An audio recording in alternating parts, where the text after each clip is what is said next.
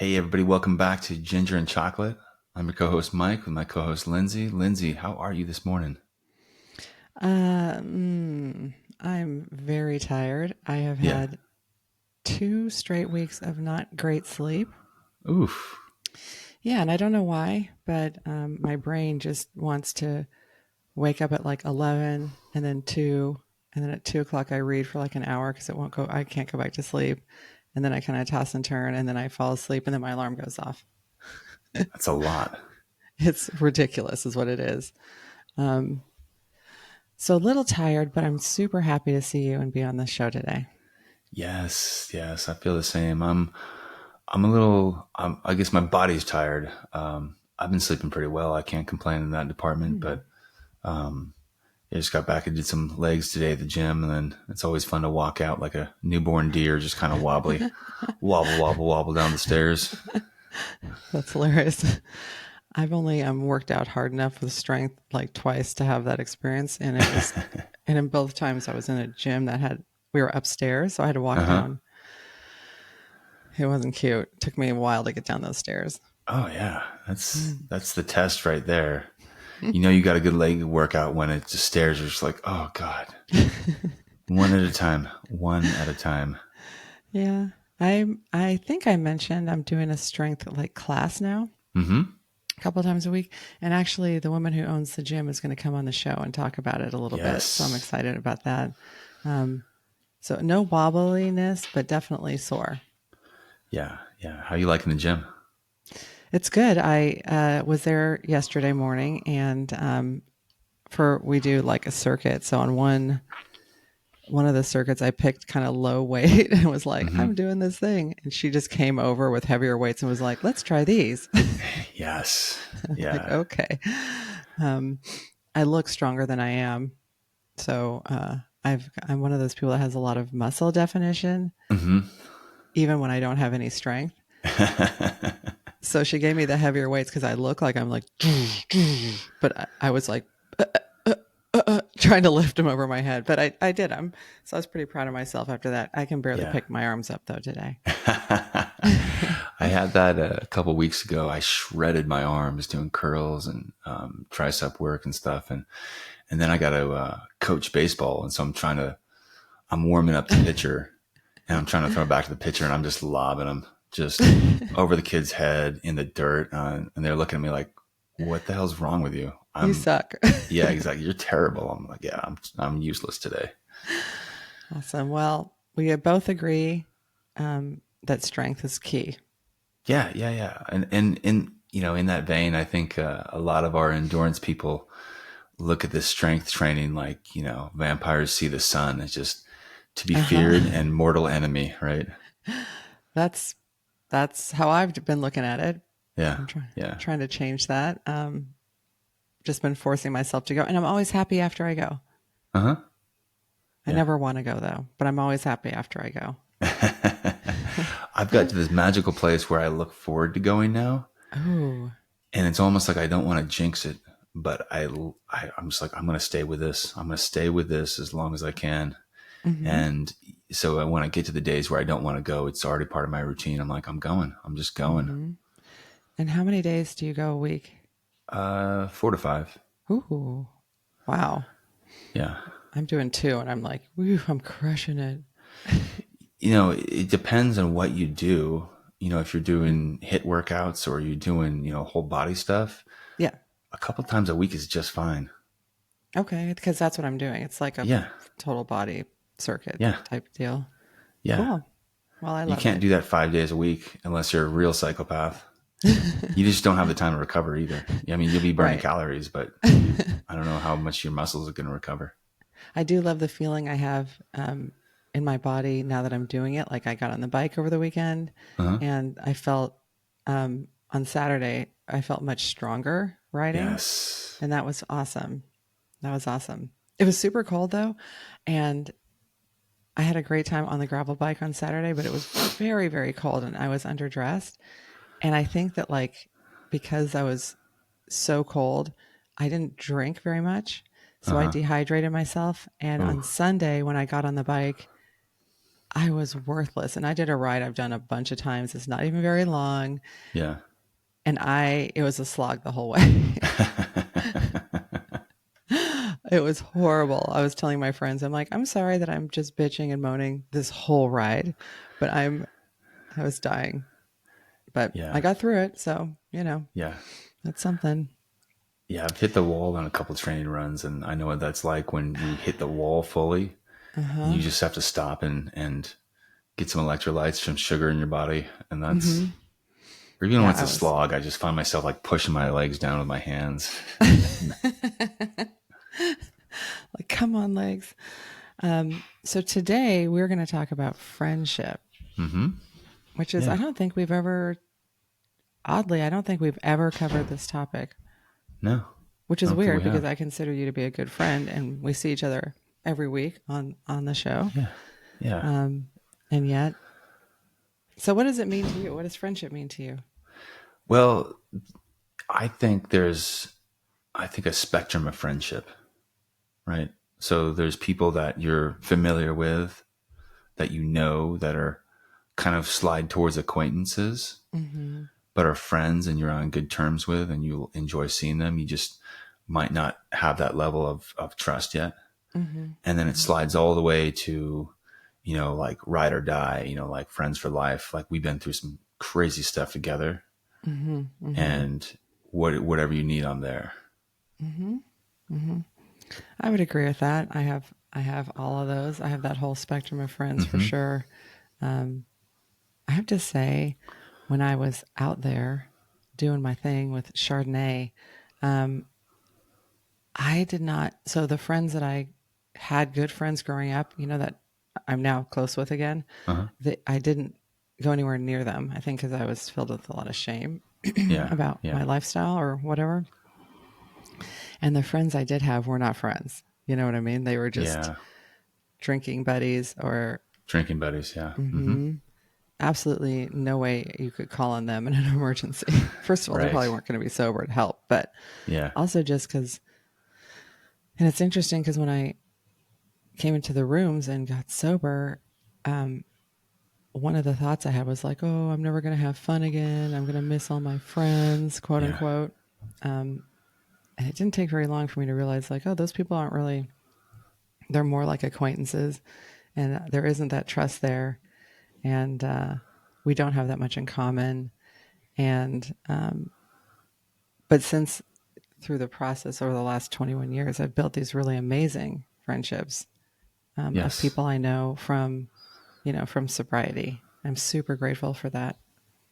Yeah. It's to me, it can be terrifying to start making a friend and starting letting somebody in that capacity, because I mean, you have to let them get to know you, right? Mm-hmm. Mm-hmm.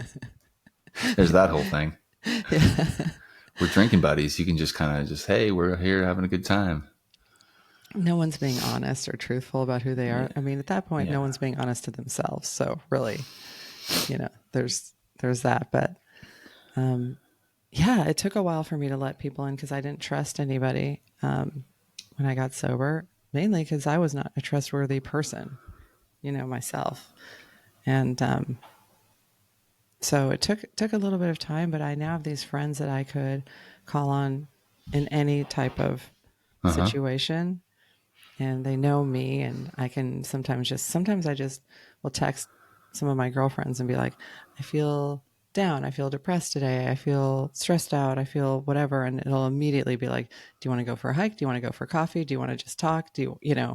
What can we Yeah. do? And that's such an amazing feeling to have people in your corner like that. It is. It really is. And I think there's different dynamics, right? With men and women. Mm-hmm. At least the guys I know, the Marine types, we don't want to be a burden to anyone. So Mm. we will tend to suffer in silence and, be happy to help, but receiving is, oh my God, rather Mm-hmm. die. Yes.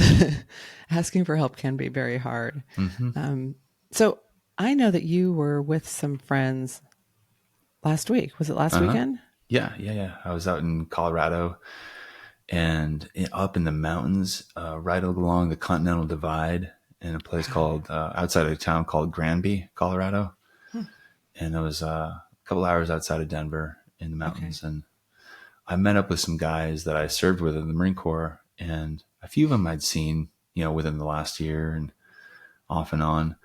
For the most part, though, I hadn't seen these guys in about 20 years since I think we got back from Iraq in 2005, and that's when we all kind of Wow. split up.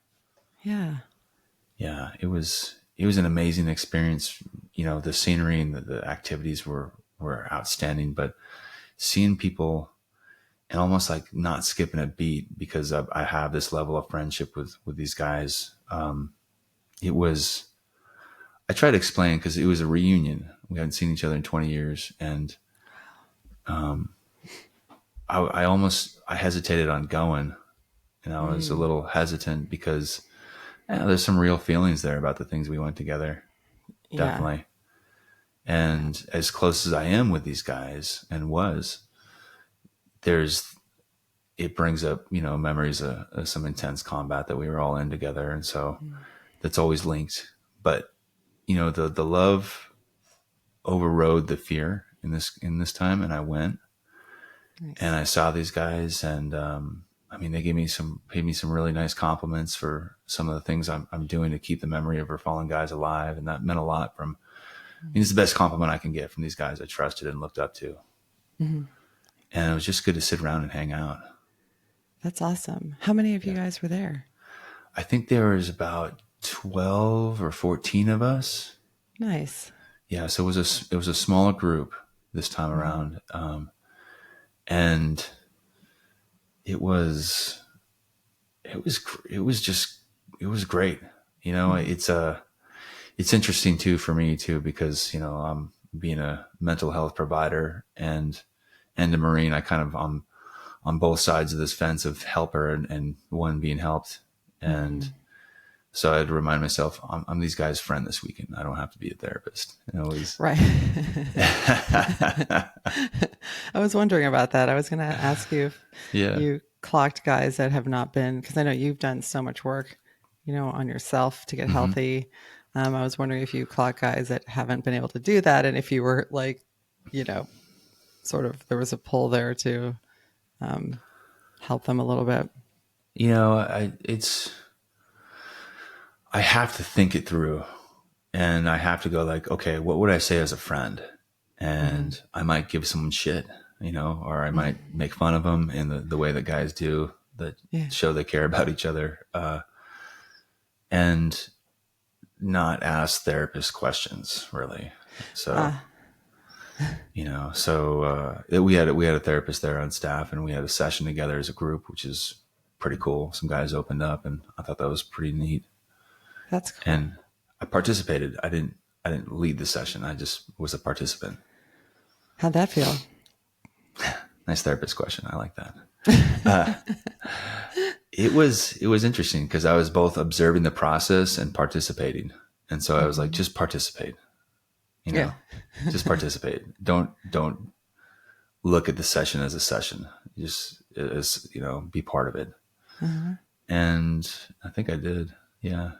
It was, it was tough. I mean, they had, I mean, alcohol was available, so people were Mm-hmm. drinking, throughout the weekend, and that was okay.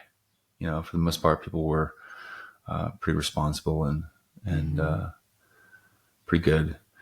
And because I was worried about that part of it for myself, because now that I haven't drank for almost 13 years, I I like being around the guys, but I know when it's getting dark, I usually head to bed. And Mm-hmm. I got a feeling like when it's that time, when it's like, booze 30, I'm like, all right, I'll see you guys in the morning. And Mm-hmm. everyone There was is okay that with it. feeling. Yeah. Mm-hmm. You can tell when there's an energy when it's starting to get to the point where I need to leave. If I'm Uh huh. with people, there's like this energy where I'm like, oh, okay, we're starting to get a little louder and maybe repeat ourselves a little bit. And it's starting to Yeah. it's dark out. And And I'm like, okay, well, bye. Yeah, You yeah, yeah, know? exactly. I'll see y'all in the morning. And what I loved about that was I didn't want the guys to think that I was like, oh, you sinner heathens staying up and drinking alcohol. And that's my thing. That's my thing. Yes. Yeah. Right. And it's like, there's, at least my belief, there's nothing inherently wrong with alcohol. It's not Oh, for me. oh yeah. I mean, I think it's fine if you are able to drink responsibly, go for it. If Uh I huh. could drink responsibly, I probably not probably if I could drink responsibly, I would drink responsibly. I'm just not capable. And Yeah. so for me, Yeah. I have to just, you know, exit. Although at this point, I would say the bulk of the people I hang out with don't drink. And the people I hang out with that do drink are like athletes and then just like nerdy normies. And they just don't see the point in getting past one drink, you know? And it's fascinating to me to watch someone because I cannot relate to Yeah. having a glass of wine and like not even finishing it. You know what Yeah. I mean? Sometimes I'll be at like a meal with somebody and I'll be like, why are you not finishing the wine? It like bothers me. You know what I mean? I'm like, Yeah. why? It's And I so don't funny. say I have anything, that but same it's thing. like, how are you doing? That's insane to me. It's Because that would akin have to been watching someone eating one Pringle or one Red One. You're like, right. finish that fucking box. What are you doing? There's something wrong with you. I know. It's hilarious, right? I Yeah. remember in early sobriety, being afraid of going to certain events, thinking, oh, everyone's going to be hammered and it's going to be, you know, I'm going to be there and it's going to suck. And realizing that, like, no, they're not. They weren't hammered. That had been me. I had been hammered. Everyone else was like drinking like a normal human being in previous, you know, occasions. And it was like, oh, okay. I don't feel as bad. Um, Yeah. and it was embarrassing to realize like these people were not partying hard like I thought they were.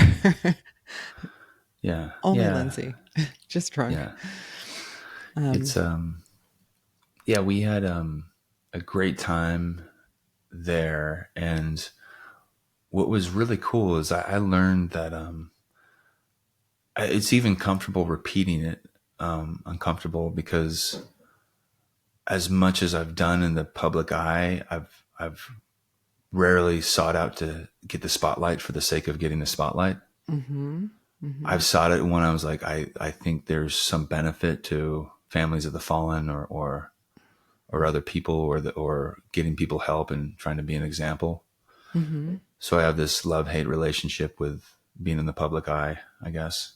mm-hmm. But some of the guys told me some just really deep, touching things about how it's really inspired them and how it's really helped them know that we've honored the guys we lost That's and awesome. getting those compliments from them and just having that feeling of like, okay, I'm no time to rest, no time to get comfortable, but maybe I'm on the right track. Felt really good.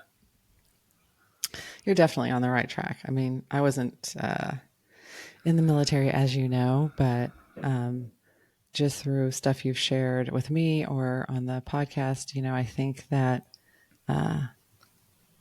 I think that it's invaluable what you have to share with the people who are both veterans or currently in the military or just civilians. I think I have a better understanding of what people went through by my proximity to you, you Mm. know, and I really appreciate that.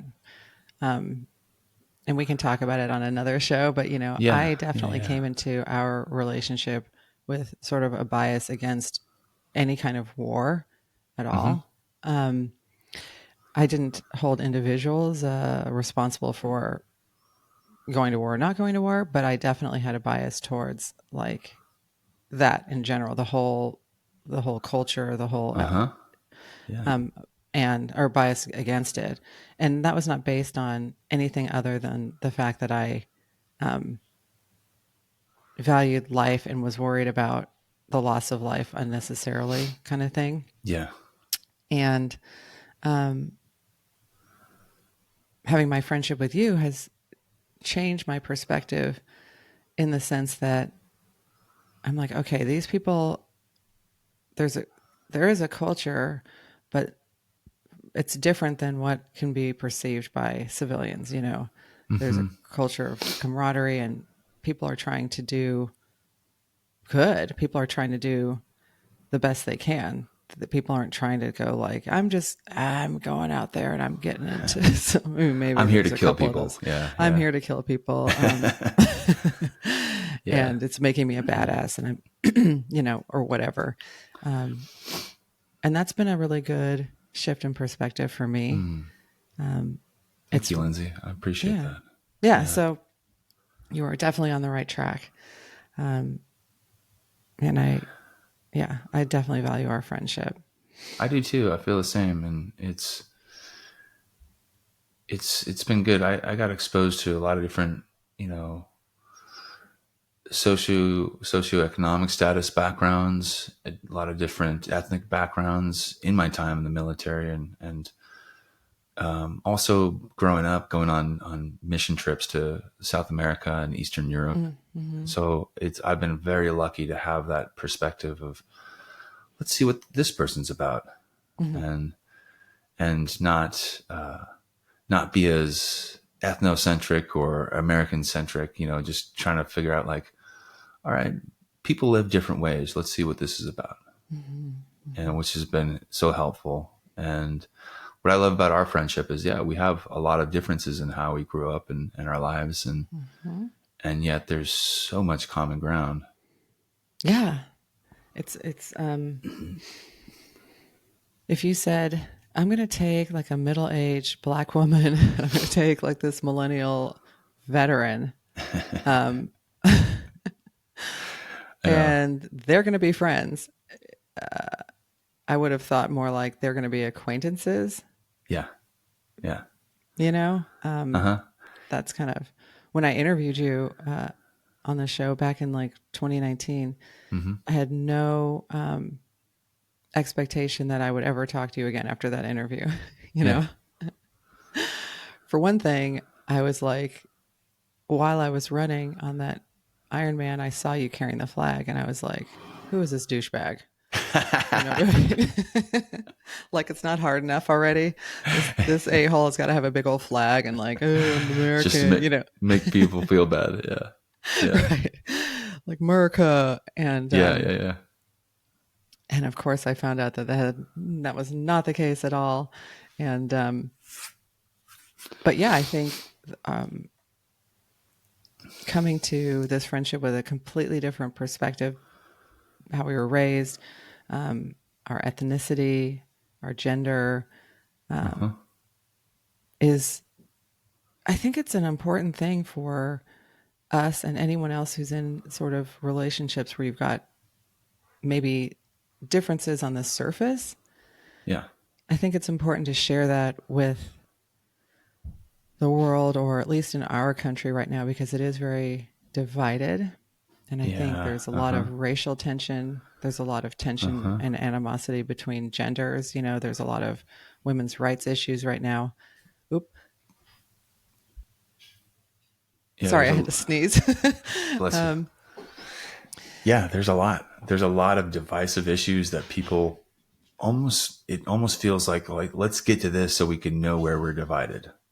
Let's yeah. bring up these division points, and Hmm. sure, we have different strong opinions on some things, and that's okay. But where I think we talk about the intersection of friendship and differences is, can you extend the charity of the best possible interpretation of someone's words? You know, can you extend the benefit of the doubt of, this is a human being who wants the best for themselves and their community? Mm-hmm. And that's not always true. But if Right. you start there, you create that possibility to see if that's true. Whereas Mm-hmm. if you start with, oh, they're the other, then you've already eliminated any possibility of finding common ground where there actually will be some. Correct. And I think probably there are more people who, if you come with a bias and you don't want to meet somewhere where they're at, and you Uh-huh. aren't particularly interested in finding out who they really are, I think that you are discounting more people than are then there are people who you would kind of meet and go, oh, this is actually a horrible person. I think most people are not horrible Yeah. people. Yeah. They may present that way based on preconceived notions of who they Uh-huh. are. Right. Like an example would be when we had Brock on the show, and he was talking about his book Uh-huh. and about how he was in the hospital and had that dropped something or whatever, and the only guy in the hospital that or in the ER right there that helped him was the very clearly MAGA Uh-huh. guy, Yeah. and Yeah, right? you know, his assumption would be that like that's the last guy that's going to do anything for me. Um, Yeah. so we just That's don't it. know. We don't know, and I'm so thankful. I'm so thankful I got the privilege to serve in the military because Mhm. one among many reasons, and there are a lot. One of them is I'll never forget the times I had like out in town on the weekends, and you could tell Mm. Marines coming from a mile away for the most part, Uh-huh. because it almost looks like the millennial version of the Village People, because you got the black guy in a FUBU, you got the Mexican guy in Ben Davis, creased khakis, and then you got the cowboy with a 10-gallon hat. It's just like three guys or four guys walking together with totally different Uh-huh. styles, and it's like a super team. So That's awesome. yeah, I love it. So you're like, how does this work, right? How is this fitting together? Well, like you said, going through something together erases all of that. Yeah, yeah. All of that. Huh. I don't think I have anything as intense, friendship wise as being serving in the military together.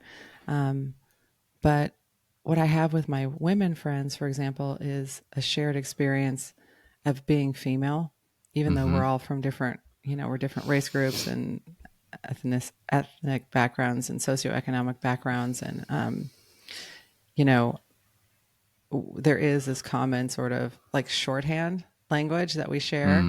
Yeah. And my friends are all very funny, and that's what I like because they've got, good sense of humor, and we can talk seriously, but we can also laugh about some of the, the stuff that happens. Because I think in some cases, if you can't laugh at something, you're going to cry. So Yeah, yeah. laughter can be good. But yeah, they're all my close friends now are all different age groups, and I have to say, predominantly white, not because that's a choice, but because of where I live. Mm-hmm. That just that's just kind of what happened. But not completely white. And I do have one girlfriend who lives here in Half Moon Bay who is also not white. She's Filipino. And we have this shared experience of being treated a certain way based on the fact that we're not Caucasian. Mm. And one of the things we noticed and we laughed about is that walking on a pathway, white women, if someone's coming towards them, they're not necessarily going to get over. They're just doing their thing. They're not Yeah, necessarily going to move to the side because they're just like, what? I'm here. yeah. And my other girlfriend and I were like way off the trail to the side, like, pardon Interesting. us for being, So we learned something from our girlfriends, not to like never get out of someone's way, but that we Yeah. don't need to sort of do this like extra scraping and bowing where we get to the side and like we don't count and don't need to be on the trail. So Right, we've right. kind of been inspired by our other girlfriends of like, I'm walking on this trail. We can pass each other. Mm-hmm. Um, and I don't need to make myself small. I like that. Mm-hmm. I really like that. And that's from friendship. And it's great to have another friend who's going through it with me. And it's also great to have girlfriends that are like, why are you in the bushes? You know what I mean? Like, come on out Yeah. and walk with us on the trail. Yeah. Um, yeah. So, so I learn a lot from my girlfriends. And I also um, hopefully I'm a good friend to them. Yeah. Yeah. Exactly. And I have the same hope and dream to do that, to be a good friend as well. Mm-hmm. I think one thing I'd like to throw out there too is so especially if we have friends that are different in whatever way, the differences can still be acknowledged. We don't have to pretend they're not there, Mm-hmm. but we don't have to create an other because we have differences.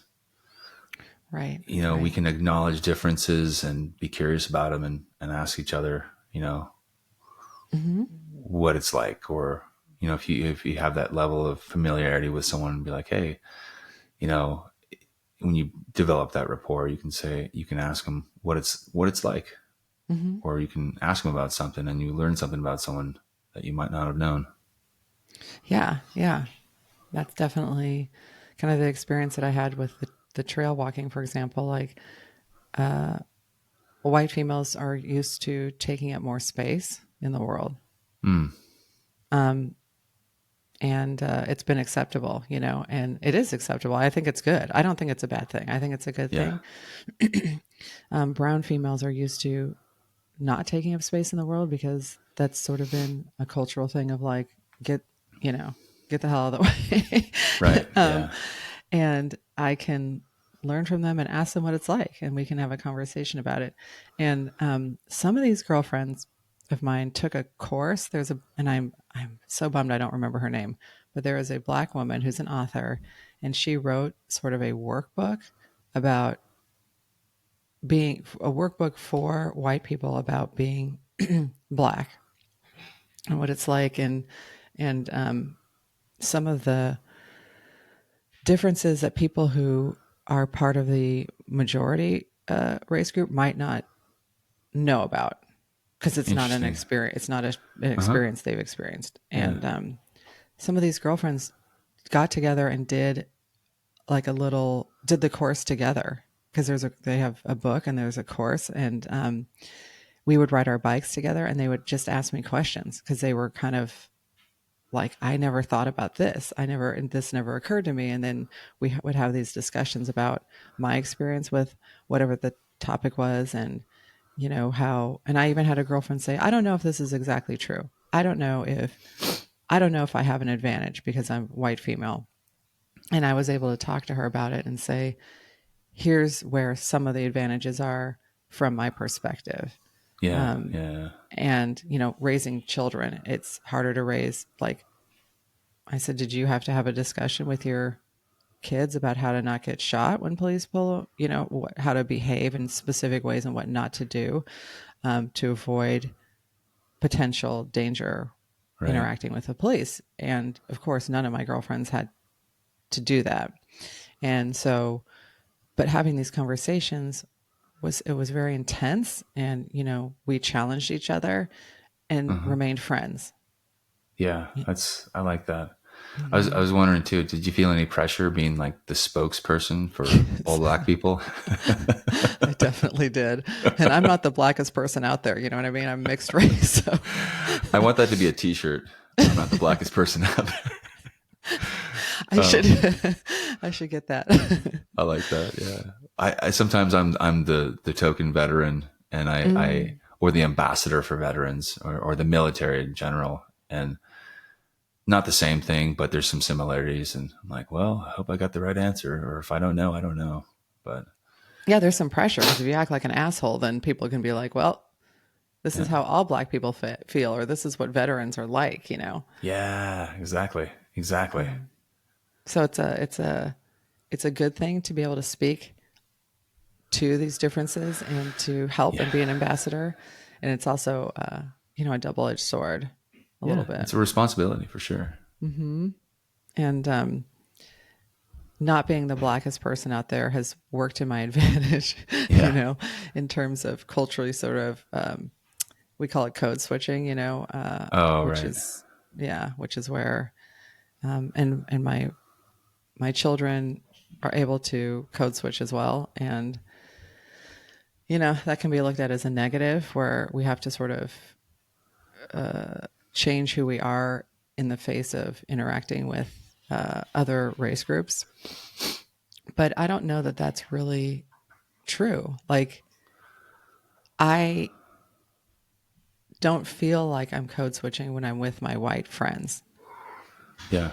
but I'm Yeah. also not like, what up, nigga? You know what I mean? Right. Like, Yeah. so, um, Yeah.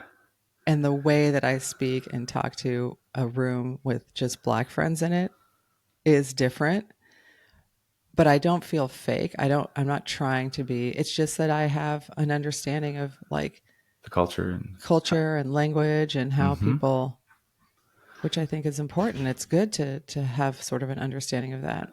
yeah, I have a veteran version of that too. When I'm with my guys, Oh, it's I'm like sure. with one of my vet guys, I'm like, "What's up, you stupid looking motherfucker?" Like, and that's a term of endearment. Right, right. I can't say that to my civilian friends because they're just like, "You hate me?" Like, no, that Right. means that I like you. You know? Yes, yes, exactly, exactly. There's shorthand, like I was saying, there's shorthand. And then I think you develop your own shorthand with close friends that are just, hmm once you start opening up and letting them know who you are, you have a little bit of a shorthand happening. Yeah.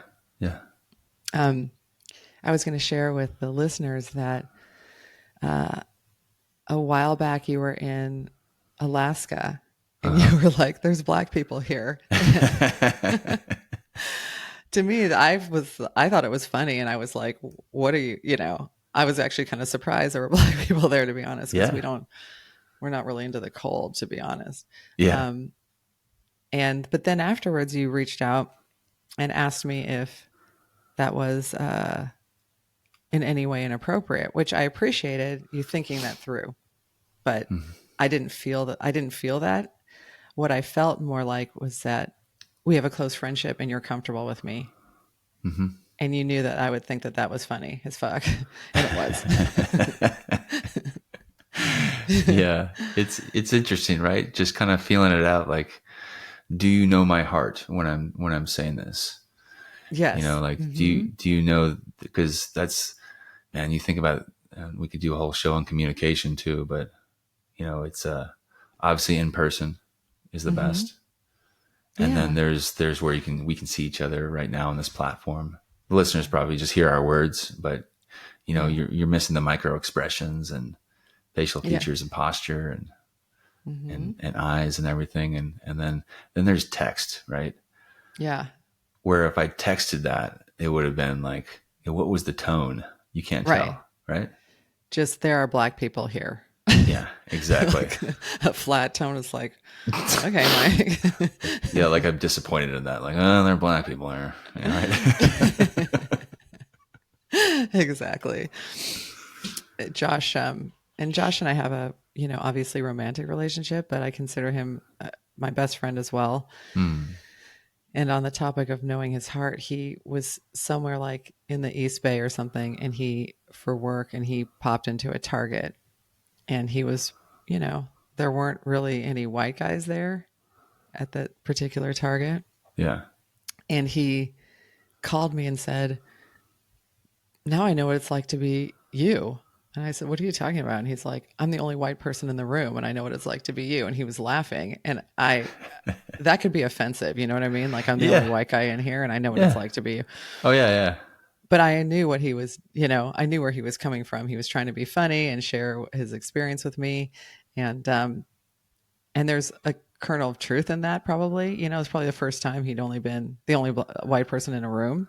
Yeah. Um, but if you know someone well, you know what their sense of humor or what would offend them or what you could say that might be offensive to someone else, but is funny because you have this shared experiences in the past. Yes, you have that. It's like having a bank of social credit, Yeah, that's a good right? way of So putting it.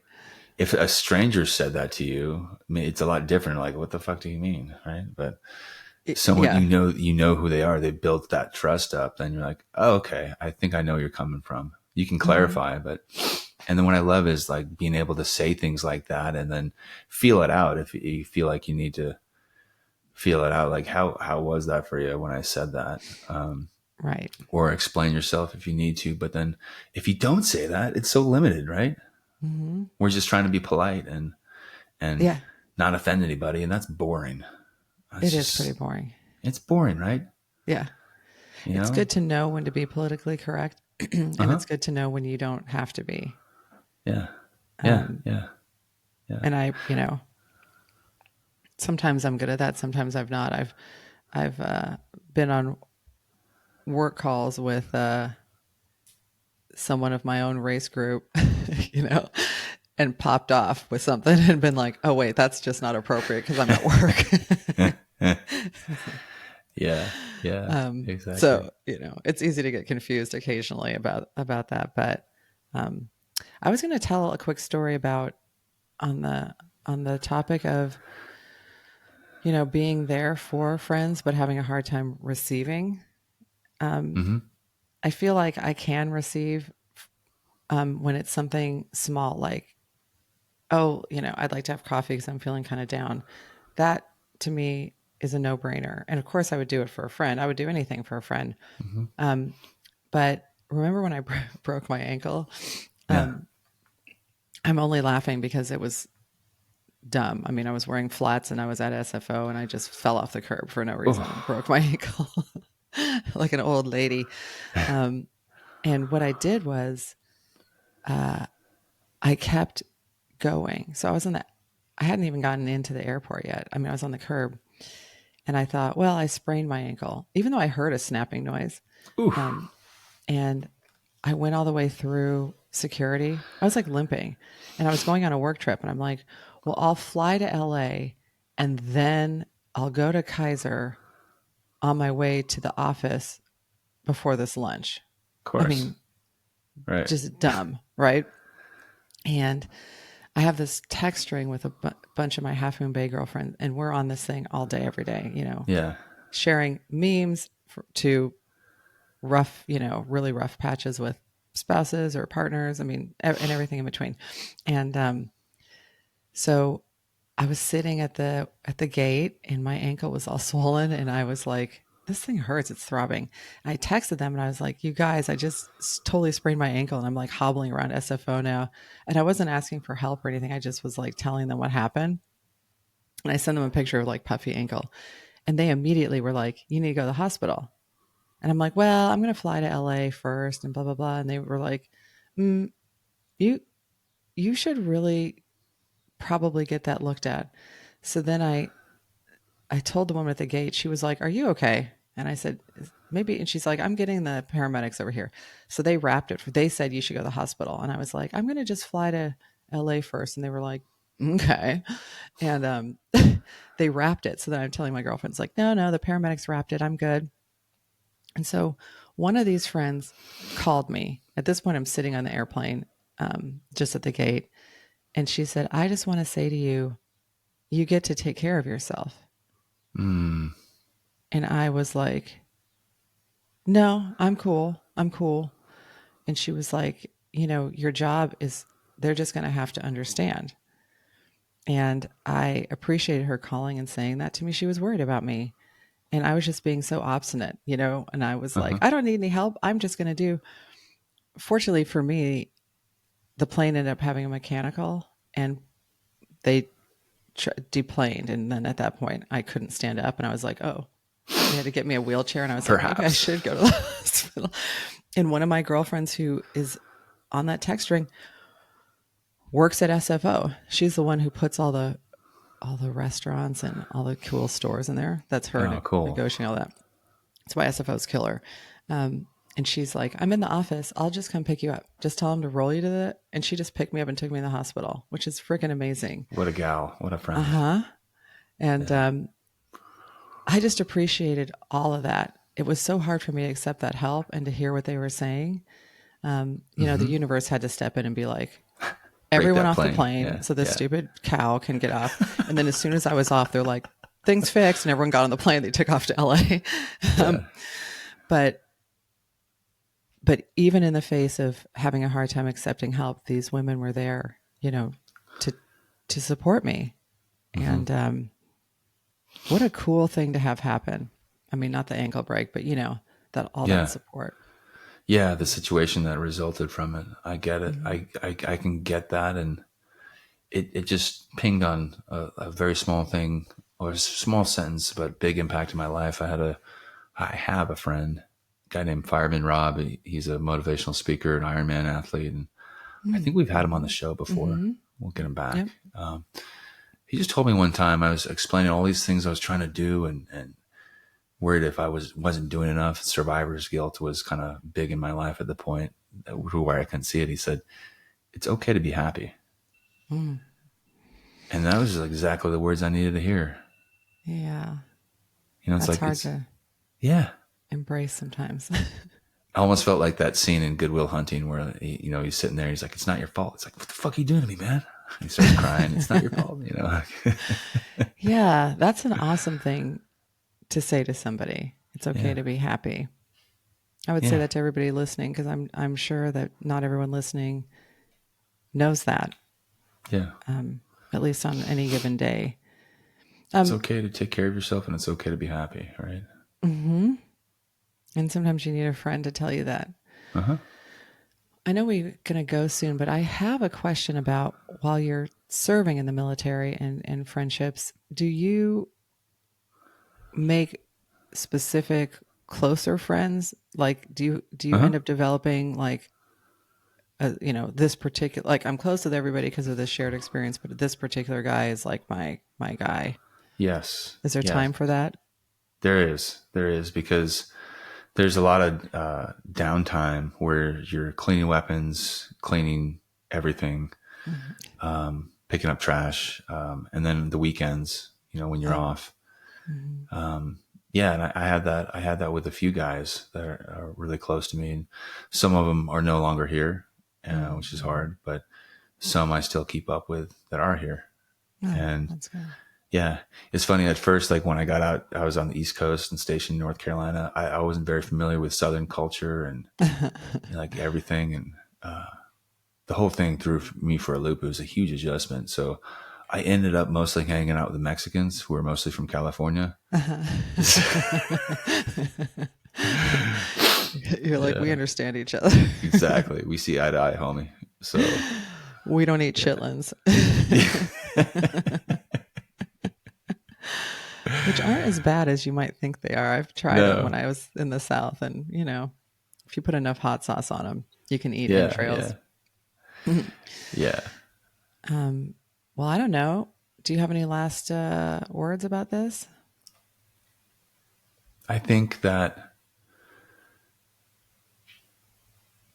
I'd say to the listeners, if this resonated with you at all, and there's some people you need to reach out to, just to say hi, show your Mm-hmm. appreciation for them for being there, perhaps in the past, or you know, taking a step to to know somebody who might not have been on your radar, Mm-hmm. and just say hi to them and see where it goes. Yeah, yeah. And I would say, work on overcoming some of the fear and uncomfortability of opening up a little bit to Uh-huh. somebody. You know, you Yes. don't have to go tell them everything about yourself, but that whole like the whole idea of getting a little deeper can be scary, like Mike said at the top of the show, Yeah. but it's worth it, Yes. I It's think. worth it. It's worth it. Mm-hmm. Yeah. Cool. All right, guys. Well, we did it. Next week, I believe we're having an interview, Yep. and super excited for that. And yeah, if you are listening to the show and you like it and you want to support us, just go to your podcast app, wherever you're listening, and click on subscribe and download. And then, if you want to rate us, you can rate us too. And you know, obviously we prefer 5 stars, but do what feels good to you. Yeah. Ratings and downloads is what helps get our show out to other people who might be able to, you know, benefit from hearing us. Mm-hmm. Yeah. Cool. All right. We will see you next week. All right. See y'all. Bye.